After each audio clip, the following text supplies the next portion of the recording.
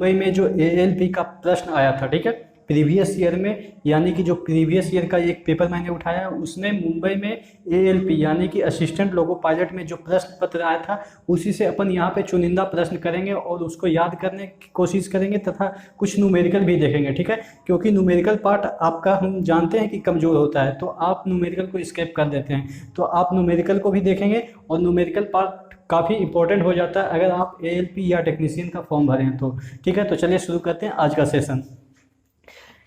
Transformer की क्षमता, प्रश्न पूछा गया था ट्रांसफार्मर की क्षमता किसमें मापी जाती है, तो किलोवाट में, ठीक है, वहां पे दिया हुआ था किलोवाट प्रति घंटा, ठीक है, सिर्फ किलोवाट सिर्फ, और एनर्जी उस तरह से 4 ऑप्शन दिए हुए थे, तो ऑप्शन में क्या मानना था, किलोवाट।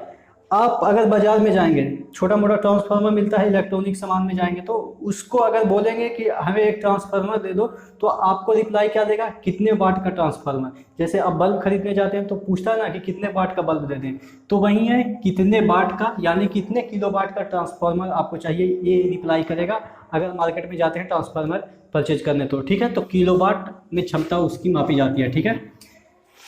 चुंबकीय क्षेत्र, ठीक है, पूछा गया था चुंबकीय क्षेत्र का एसआई मात्रा क्या है, आंसर होगा क्या, टेस्ला, लेकिन ऑप्शन में क्या दिया हुआ था, टेस्ला, गॉस, कूलम्ब, इस तरह से और भी चीज दिए हुए थे, ठीक है। तो यहाँ पे बच्चे फंस जाते हैं क्योंकि गॉस भी इसका मात्रक है, ठीक है, क्योंकि गॉस भी इसका मात्रक है, लेकिन चुंबकीय क्षेत्र यानी कि अगर इंग्लिश में बोले तो मैग्नेटिक फील्ड, तो मैग्नेटिक फील्ड का एसआई मात्रक यानी कि स्टैंडर्ड मात्रा क्या है, टेस्ला है, ठीक है। और सीजीएस क्या है, यानी कि सेंटीमीटर होता है, और ये ग्राम होता है, और ये सेकंड होता है, ठीक है। तो इसमें क्या होता है, गॉस होता है, ठीक है। तो दोनों को ध्यान में रखेंगे कि मैग्नेटिक फील्ड का जो एसआई मात्रक होता है टेस्ला होता है, लेकिन सीजीएस मात्रा क्या होता है, गॉस, ठीक है। एक गॉस बराबर होता है क्या, 10⁴ टेस्ला। तो लाल रंग का तरंगदैर्घ्य यानी कि वेवलेंथ, इसका इंग्लिश क्या होगा, अगर आपको कोई वर्ड हिंदी समझ में नहीं आती है तो हम उसको इंग्लिश करके भी आपको समझाएंगे, ठीक है। उसके लिए बड़ी होने की कोई आवश्यकता नहीं, ठीक है, हम हर चीज़ों को बाइलिंगुअल पढ़ाएंगे, ठीक है।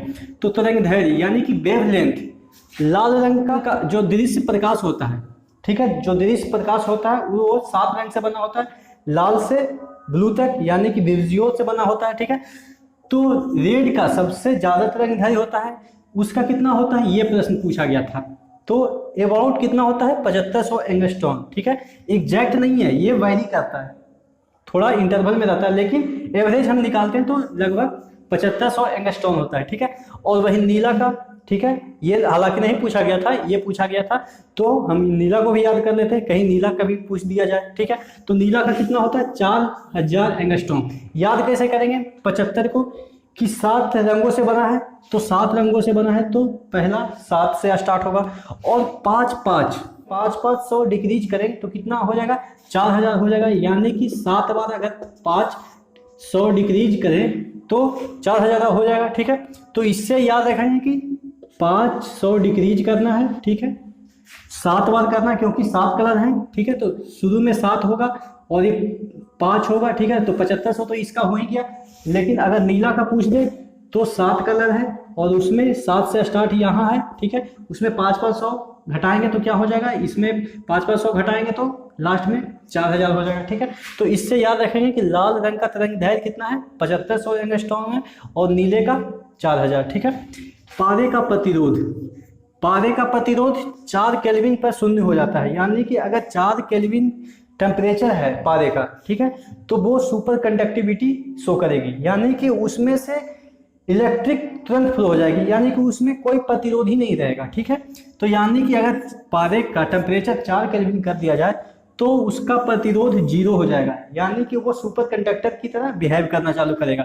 याद कैसे करेंगे, पारा, पारा क्या होता है, फ्लो करता है, ठीक है। पारा क्या होता है, एक लिक्विड होता है, लिक्विड मेटल है, ठीक है, तो वो फ्लो करता है, ठीक है। तो अगर 4 रन कोई मारता है, ठीक है, कोई बैट्समैन अगर 4 रन मारता है तो उसके सामने कोई प्रतिरोध नहीं करता है, ठीक है, 4 रन बाउंड्री के बाहर चला जाता है, यानी कि उसको कोई बीच में इंटरप्ट नहीं करता, तभी तो वो बॉल 4 रन चला जाता है। तो 4 केल्विन पे कोई प्रतिरोध नहीं होता है, ठीक है। एक फैराडे बराबर कितना, ईएसयू का मतलब क्या होता है, इलेक्ट्रोस्टैटिक यूनिट, ठीक है। इसका मतलब भी पूछा जा सकता है आपसे, full form electrostatic unit, Faraday equal to कितना ESU होता है 9 इंटू 10⁻11, ठीक है 10 टू द पावर ये 11 है, ठीक है 10 टू द पावर 11। याद कैसे करेंगे 9 10 11, ठीक है 9 10 11, ठीक है इस तरह से। अब देखिए दो न्यूमेरिकल पूछा गया था उस सेट में, उस प्रश्न पत्र में दो न्यूमेरिकल पूछा गया था। एक पूछा गया था एक संयुक्त सूक्ष्मदर्शी के अभिदृश्यक लेंस तथा नेत्रक लेंस का आवर्धन क्रमशः 3 और 2 है तो सूक्ष्मदर्शी का आवर्धन क्षमता क्या होगी।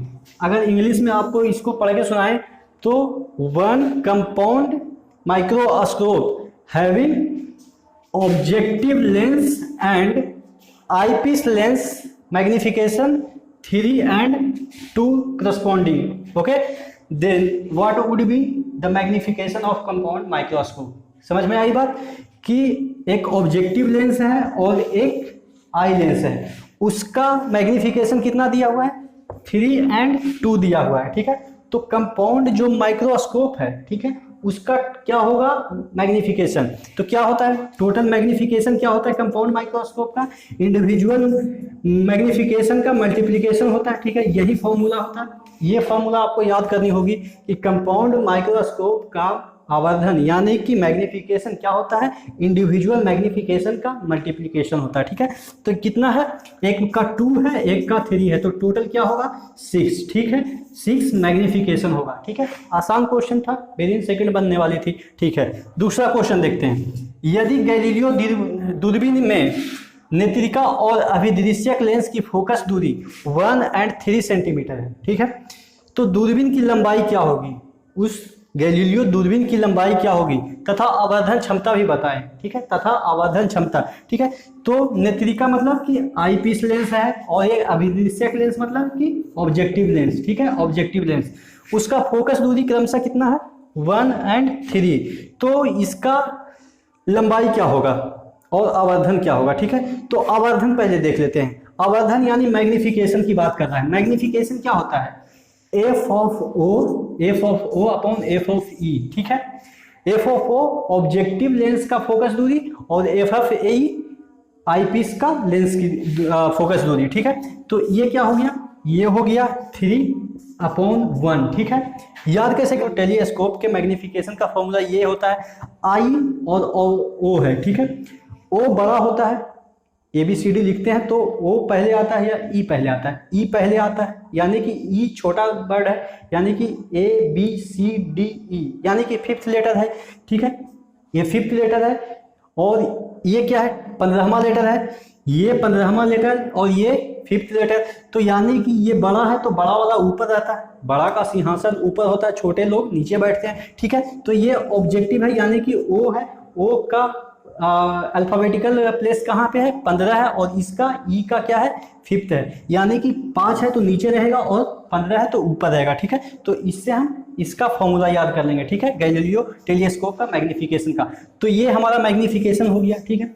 और ऐसे भी इसको याद करने का तरीका मैग्निफिकेशन क्या होता है हमेशा 1 से ज़्यादा होता है, तो हमेशा 1 से ज़्यादा होगा। अगर 1 ऊपर कर देंगे 3 नीचे कर देंगे तो 1 से कम हो जाएगा। मैग्निफिकेशन हमेशा 1 से ज़्यादा होता है, ठीक है।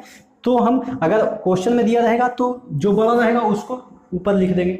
हालांकि ये बेतुका चीज़ें हैं, आपको जो मैंने पहले समझाया वो चीज़ें याद करेंगे तो वो सॉलिड है, ये बेतुका तरीका है, ठीक है। क्योंकि क्वेश्चन है, क्वेश्चन में हम कुछ भी डाल सकते हैं, फिगर ये 1 और 3 भी डाल सकते हैं, ठीक है। तो वो तो हाइपोथेटिकल न्यूमेरिकल हो जाएगा, ठीक है। लेकिन आपको ये चीज़ें याद रखनी है कि ऑब्जेक्टिव है और आईपीस है, उसको नीचे रखेंगे आईपीस को और ऑब्जेक्टिव का फोकस दूरी को ऊपर रखेंगे, ठीक है। तो ये मैग्निफिकेशन हो गई। अब आते हैं क्या इसकी लंबाई, ठीक है दूरबीन की लंबाई। दूरबीन की लंबाई क्या होता है F of O minus F of E, ठीक है। ये जो लेंथ होता है दूरबीन का लेंथ होता है एफ ऑफ ओ बड़ा है, ठीक है। तो यानी कि दूरबीन की लंबाई हमेशा पॉजिटिव ही होगा, कभी दूरबीन को देखें निगेटिव में होगा ही नहीं, ठीक है। लेंथ कभी निगेटिव होगा ही नहीं, ठीक है। तो ऑब्जेक्टिव फोकस दूरी क्या है इसमें 3 है और ये 1 है यानी कि 2। लेंथ क्या होगा 2 सेंटीमीटर इस टेलीस्कोप का, ठीक है। गैलीलियो टेलीस्कोप का जो लेंथ होगा 2 सेंटीमीटर। तो ये दोनों न्यूमेरिकल आए थे ALP में मुंबई में, ठीक है। तो ठीक है अगले सेशन में फिर से एक साइंस के नए ट्रिक के साथ मुलाकात होगी, तब तक के लिए।